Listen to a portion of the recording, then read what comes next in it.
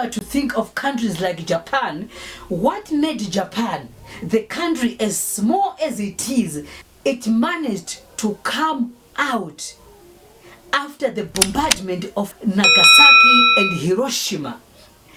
From ashes, a country was able to rise back to normal. What made Japan to be able to do that is because Japan resisted colonialism. Even if it was colonized, it retained its values rather than yielding to the colonial systems.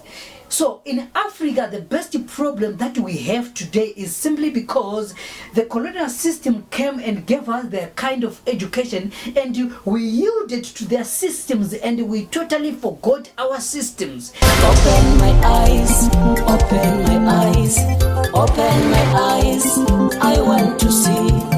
Open my ears, open my ears, open my ears, I want to hear. Open my eyes. There is something that I also got to understand. I strongly believe that education must be highly attached to a society, to a culture, to a way of thinking. I believe that every society has a way of understanding and has a way of doing things. And if we are to just take the way of doing things as a society and continue to analyze the way we do things and develop those things, that's where we can grow our education. Think of the olden times of the African society, whereby we were making tools, mining iron from the ground, taking gold and so forth, and making different things. Through those things, you would develop and develop and develop, because it's part and parcel of human civilization and growth. So if you are to think of countries like China, and if you are to think of countries like Japan, what made Japan, the country as small as it is, it managed to come out after the bombardment of Nagasaki and Hiroshima. From ashes, a country was able to rise back to normal. What made Japan to be able to do that is because Japan resisted colonialism. Even if it was colonized, it retained its values rather than yielding to the colonial systems.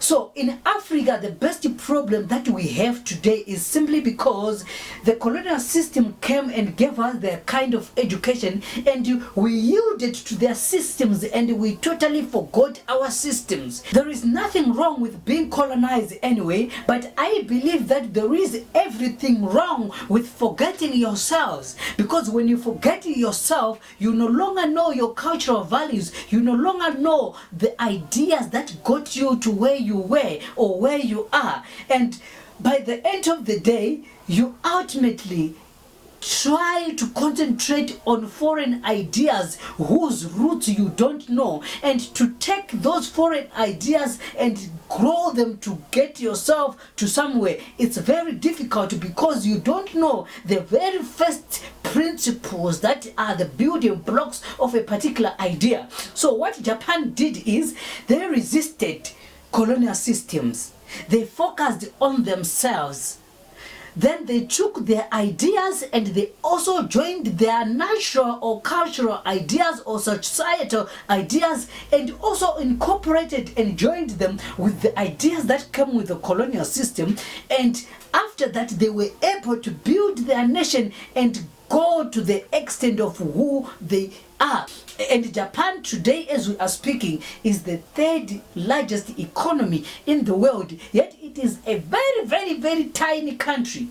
And one of the best things that is one of the contribution to the economy of Japan today, if you are to look at it, is music.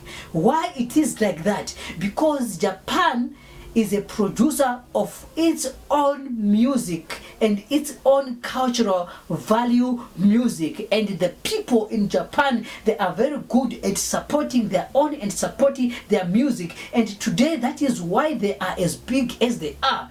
Look at even China. Although China exports its goods and services to Africa and other continents, but you find out that one of the biggest sources of the strength of their economy is simply simply because the Chinese themselves, they have also not forgotten themselves, and they are busy supporting each other and supporting what is coming out of themselves rather than looking to the west or to the east or to the north or whatever direction. We also, if we need to excel beyond our boundaries, we need to begin to look at ourselves instead at looking out there. You know, let's brown side. If there is no enemy within, the enemy outside can do you no harm. So our problem is that we are much centered on looking to the outside world and blaming and thinking that there is where the biggest enemy is. But the biggest enemy is within ourselves, and until we correct the biggest enemy within ourselves, we will not go anywhere. So we need to first come to the first principles of the African society and the first principles of education of the African society, and begin to create our own kind and our own form of education, and understand the reasons why we are doing what we have to do. Why do we send our children to the schools we are sending them today? Do we have a strong reason for doing that? And why do we provide the kind of education to our children if it has not proven to be working for us? We need to change it. We need to get into another realm of education and try to implement a better kind of education that is much helpful for our children. The fact that you have got many dropouts in Africa, the fact that you have got a lot of degree holders in Africa who don't have jobs and who have no idea on how to invent something, and the fact that we have few car manufacturing companies, few cell phone manufacturing companies, and few technological companies in Africa is a reality itself that we should not run away, that our education system is not working for us, and we should implement a better education system that is favorable to our cultures and to our environment. Look at China. China has gone far. Right now, China is looking forward to be the world's largest economy because they put emphasis on their ways of thinking rather than the external ways of doing things and thinking. Another sad reality, we take children and force them to do up to 10 subjects, 11 subjects, 8 subjects. And all these subjects, they explore totally different fields. What is the importance of that? And the other tricky thing is, you take a child, you call it sciences, technology, and whatever you call it. Inside that subject, there are a lot of touching and living. Today we are doing the car engine. Today we are doing fossil fuels. Today we are talking about the gas. Today we are talking biology. Today we are talking this. You don't even take an animal. For example, you take a cat, or for example, you take a goat, you open it up in the presence of children, you show them that this is the small intestines, these are the large intestines, this is the liver, this is what. You talk about the car engine. Today, there is a teacher who is parking a car outside, but there is a teacher who is writing on the body a drawing of a car engine because you are lazy to go outside to the car that is parked in the car park and open it and show the children that this is the car engine. This is one of the saddest realities of our education system, and we must face it and it must be corrected. Finally, if we cannot answer why we need a particular kind of education, if we cannot answer why we are giving the kind of education that we are giving to our children, if we cannot answer why we are applying a particular concept or a particular formula in the education system, we don't need that kind of education. If that kind of a concept, if that kind of formula that we are working in the classroom does not apply in the real world as soon as the child goes out of the classroom, that kind of education is already obsolete. We need the kind of education which, when I teach the child right now, the child is able to go straight away in the real world and be able to apply that same concept right away without failure. That is education. Education must not be a mystery. Education must not be so elusive that it is intangible. Education is definitely tangible. Let's make it. We are the people, we are the generation. We should do away with the old systems and the old ways of doing things.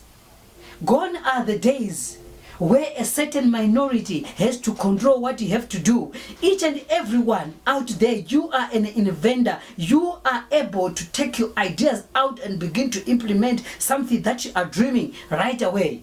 The reason your child today is coming home with books and piles of books of homeworks and forcing you to help them is simply because that education is obsolete. That education is far-fetched from reality. That kind of education is sucking and is boring. But take a phone and give your child that particular phone, you see them playing video games the whole day. Why are they doing that? It's simply because it's in touch with reality.